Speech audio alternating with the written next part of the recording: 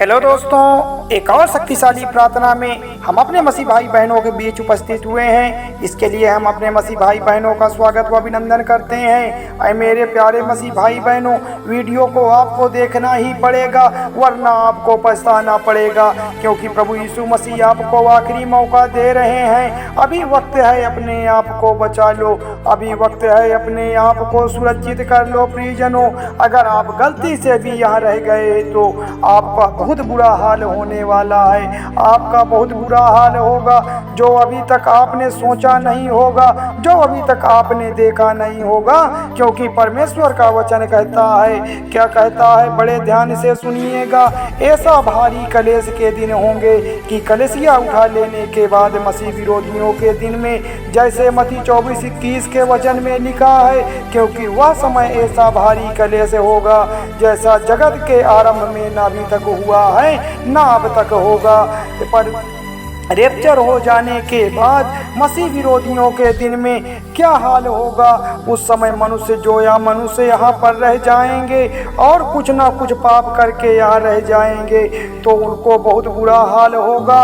उनके साथ बहुत बुरा होने वाला है। मसीह विरोधी बहुत तड़पाए जाएंगे।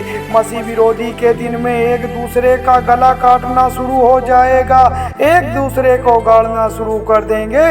जैसे मत्ती 10:21 के वचन में लिखा है कि भाई भाई को मारेगा, पिता पुत्र को घात लगा कर बैठेगा और माता पिता को बच्चे मरवा डालेंगे। उस समय आपस में एक दूसरे का सर काटना शुरू कर देंगे। भाई भाई को, पिता पुत्र को, और लड़के अपने माता पिता को मरवा डालेंगे। इतना हाहाकार मचा होगा, इतनी भारी कयामत आ चुकी होगी मसीह विरोधी के दिन में कि हर घर में रोना बिलखना शुरू होगा, हर घर में मातम मचा होगा, हर घर में लाशें बिछी होगी और उनको कोई मिट्टी देने वाला तक नहीं होगा। मेरे प्रियजनों, उनको कोई उठाने वाला तक नहीं होगा। वह कब्र में नहीं रखी जाएंगी, वह ऐसे ही पड़ी रह जाएंगी। मसीह विरोधी के दिन में ऐसा ही हाल होने वाला है जैसा वचन में लिखा है, बाहर तलवार है और भीतर महंगी है मरी है। जो मैदान में है वह तलवार से मारे जाएंगे और जो नगर में है वह भूख से मरी से मारे जाएंगे। और अगर उन समय या घर में बाहर सामान लेने के लिए निकलोगे तो बाहर तलवार से मारे जाओगे। अगर उस समय घर में घुसे रहोगे तो भूख से मारे जाओगे, जैसा वचन में लिखा हुआ है। पर हे भाइयों, तुम तो अंधकार में नहीं हो। पौलुस कह रहे हैं कलीसिया से कि तुम अंधकार के लिए नहीं हो, कि वह दिन तुम छोड़कर सब आना पड़े, क्योंकि तुम सब उन्हीं की संतान हो। हम ना तो रात के ना अंधकार के हैं, इसलिए हम औरों की तरह सोते ही ना रहें, अन्य लोगों की तरह सोते ही ना रहें। हमें जागना पड़ेगा, हमें जागते और सावधान रहने की ज़रूरत है। आपको तो पता ही होगा कि सच्चा परमेश्वर कौन है। आपको तो यह बात बिल्कुल मालूम होगी कि आपका परमेश्वर कौन है। प्रियजनों, इसलिए अभी पश्चाताप कर लो, अभी अपने मन में पश्चाताप कर लो, वरना अगर यहाँ पर रह गए तो आपका बहुत बुरा हाल होगा। आपके ऊपर बड़ा अत्याचार होगा। 7 साल की महामारी कलेश काल होगा, 3.5 साल की कलेश काल के और 3.5 साल महाकलेश काल के होंगे। जब परमेश्वर दूसरी मोर खोलेगा तब इस धरती पर तलवार चलना शुरू हो जाएगी। भाई बहनों, तब इस धरती पर हाहाकार मचना शुरू हो जाएगा। जैसे प्रकाशित 3:4 में लिखा है कि जब उसने दूसरी मोर खोली, यीशु मसीह ने खोली, तो जैसे मैं यानी यूहन्ना ने दूसरे प्राणी से यह कहकर सुना, और फिर एक और घोड़ा निकला जिसका रंग लाल रंग का था। खतरा, डेंजर वाणी कौन है? पिता, पुत्र और पवित्र आत्मा। 24 राज्य लाखों के स्वरूप के ये हैं परमेश्वर के मंदिर, जो इस समय स्वर्ग में विराजमान है। लाल रंग का जो घोड़ा है उसको यह अधिकार दिया जाएगा कि यीशु पृथ्वी पर से मेल उठा ले ताकि वह एक दूसरे का वध करे और उसे एक बड़ी तलवार दी जाएगी जो कलीसिया उठा लेने के बाद मसीह विरोधियों के राज्य शुरू हो जाएगा। वह मसीह विरोधी शांति करके बैठाएगा यानी झूठी दिलासा देगा। जब परमेश्वर दूसरी मोर खोलेगा तो एक दूसरे की शांति परमेश्वर एक दूसरे की शांति खुदा निकाल लेगा। तब एक दूसरे को लोग मारना गाड़ना शुरू कर देंगे, युद्ध करना शुरू कर देंगे।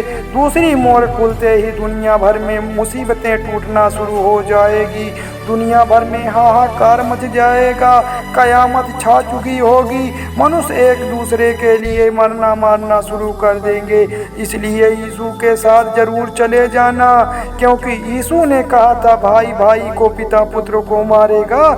इसलिए जागते रहो और प्रार्थना करते रहो ताकि आप यीशु मसीह के साथ स्वर्ग चले जाओ, वरना परमेश्वर इस धरती को नाश करने वाला है। उस समय आफत मची होगी, उस समय हाहाकार मचा होगा, घर घर में रोना चिल्लाना मचा होगा, घर घर में रोना पीटना मचा होगा, चारों तरफ तबाही ही तबाही मची होगी। लोग आपस में मरना मारना शुरू कर देंगे, लोगों उन्हें आपस में कटना काटना शुरू कर देंगे। प्रियजनों, मैं आपको कोई कहानी नहीं सुना रहा हूँ, ऐ मेरे भाई बहनों, मैं आपको कोई मनगढ़ंत कहानी नहीं सुना रहा हूँ। जो होगा, जो होने वाला है, वही बताया जा रहा है। बाइबल इस बात की गवाह है मेरे प्यारे भाई बहनों, इस बात की गवाही है। बाइबल आपको बता रही है, क्योंकि उसमें जो लिखा है मैं वही आप लोगों को बता रहा हूँ। इस बात की कि यहाँ भी लोग तड़पाए जाएंगे और फिर उसको परमेश्वर नरक में ढकेलेगा अनंत काल के लिए, जहाँ की आग नहीं बुझती है, जहाँ के कीड़े नहीं मरते हैं। कितना तड़पाएगा परमेश्वर।